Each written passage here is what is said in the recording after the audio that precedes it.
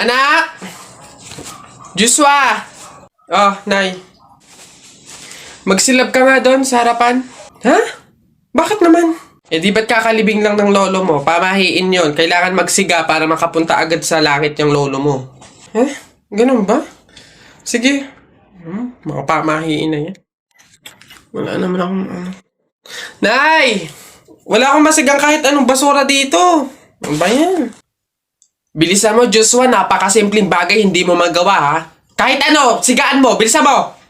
Kahit ano. Kahit ano, ha?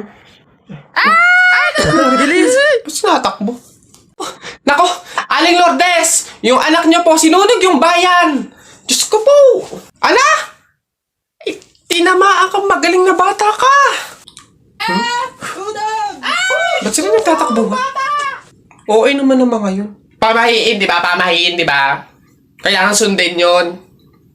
Oo ng mga to.